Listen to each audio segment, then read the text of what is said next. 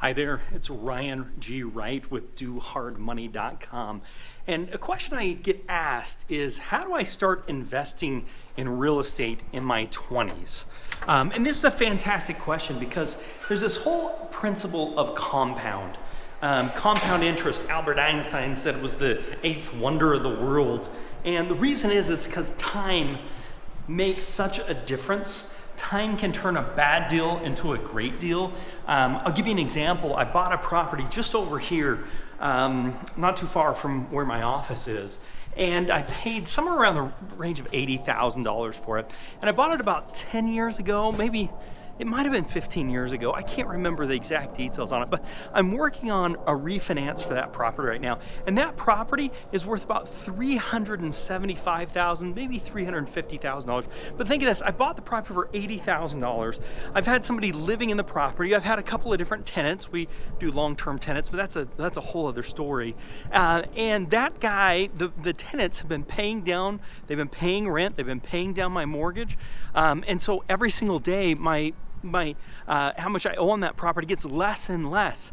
And in the same regards, my appreciation's been happening. So the property's becoming worth more and more. So I'm getting the advantage of somebody else paying for it. And the coolest thing is the time I have left on my mortgage keeps getting less and less because I've owned the property for so long. So I think the best thing you can do is get started investing in real estate early.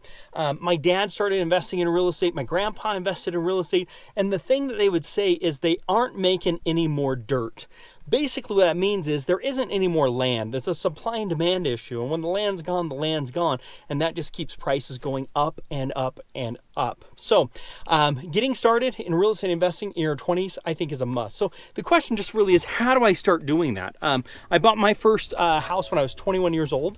It was a fourplex. It was a duplex that I worked to turn into a threeplex. That's what I really wanted to do, was try and figure out how to turn that into a threeplex.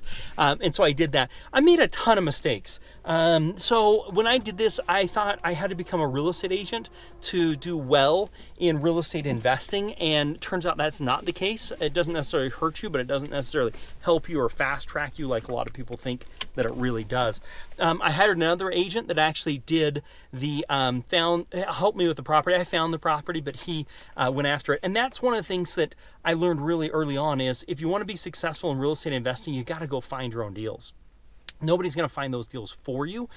You've got to find those deals, and calling a real estate agent is not a strategy to find properties.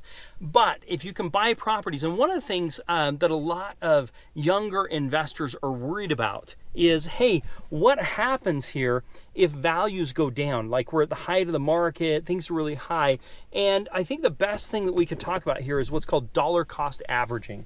And what dollar cost averaging basically is as you buy things, if you buy them consistently, your overall price that you're into it averages out over time. It's used a lot in stock investing, but let's say you bought a house this year for $100,000 and next year for $110,000, and then let's say prices went down to $50,000, and then you bought it for $50,000, and so every year you were buying a property. What that basically means is your high times get spread over all the properties, and your low times get spread over all the properties, and so you're consistently investing. A lot of people are just scared to invest, and so they do nothing, and they look back 10 years and say, man, I wish I would have bought something 5 years ago, or 10 years ago. And so if you're always buying something, now when you're buying, you should be looking for a good deal. So let's look at off-market properties. An off-market property is something that's not listed on the multiple listing service. And so if you're looking for off-market properties, that really helps. If you're looking for what are called value add properties, where you can buy something